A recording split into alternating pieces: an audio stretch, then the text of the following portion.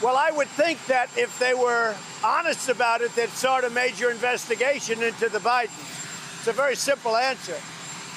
They should investigate the Bidens, because how does a company that's newly formed, and all these companies, if you look at, and by the way, likewise, China should start an investigation into the Bidens, because what happened in China is just about as bad as what happened with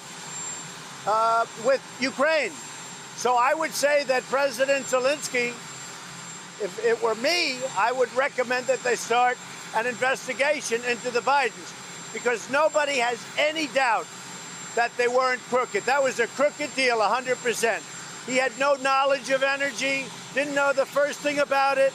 All of a sudden, he's getting $50,000 a month, plus a lot of other things. Nobody has any doubt. And they got rid of a prosecutor who was a very tough prosecutor. They got rid of him. Now they're trying to make it the opposite way, but they got rid. So if I were the president, I would certainly recommend that of Ukraine. Hey there, I'm Chris Hayes from MSNBC. Thanks for watching MSNBC on YouTube. If you want to keep up to date with the videos we're putting out, you can click subscribe just below me, or click over on this list to see lots of other great videos.